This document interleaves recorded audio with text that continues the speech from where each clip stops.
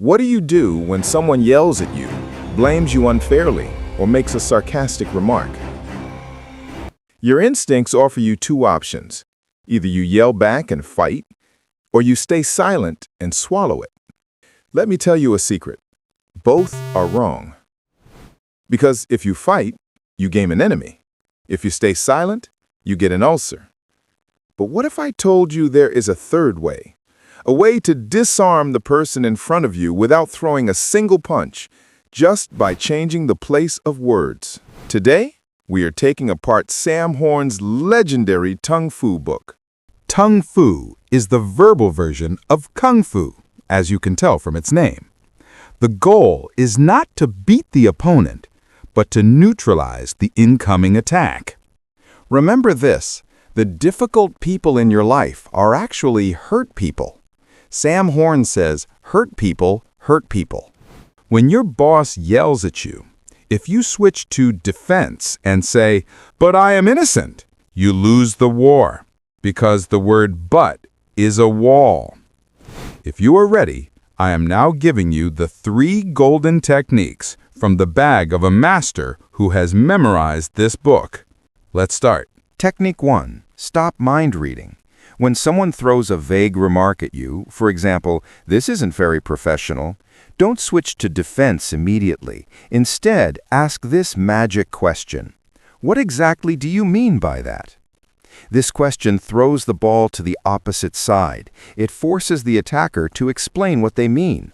Usually, they can't explain and step back. You stay in control. Technique 2.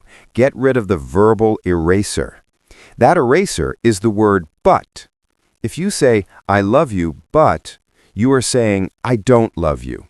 A Tung Fu master uses "and" instead of "but." Instead of saying, "You are right, but we can't do it," build the sentence by saying, "You are right, and here is what we can do." Do you feel the difference? "But" creates conflict, "and" creates cooperation. Technique 3. Wit. In other words, verbal Aikido. When someone makes fun of you, their goal is to upset you. If you get upset, they win. But if you also make fun of yourself or treat the situation with humor, you take their weapon from their hands. Confidence is the greatest shield. So, what will we do in real life tomorrow? Let's run a simulation. An angry customer is yelling. He says, "You scammed me." Step 1. Take a deep breath.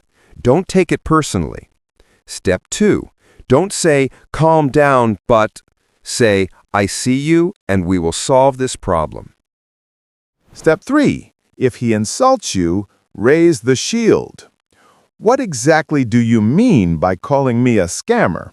That's it. He yells, you manage. No war. There is a solution. What I have told you is just 1% of the book. Life is too short to be constantly on the defensive. Communication is not a battlefield, it's a bridge.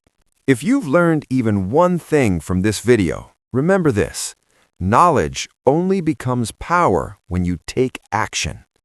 If you're ready to stop searching for answers and start mastering the rules of life, subscribe and join us on this journey. Let's learn, apply, and grow together.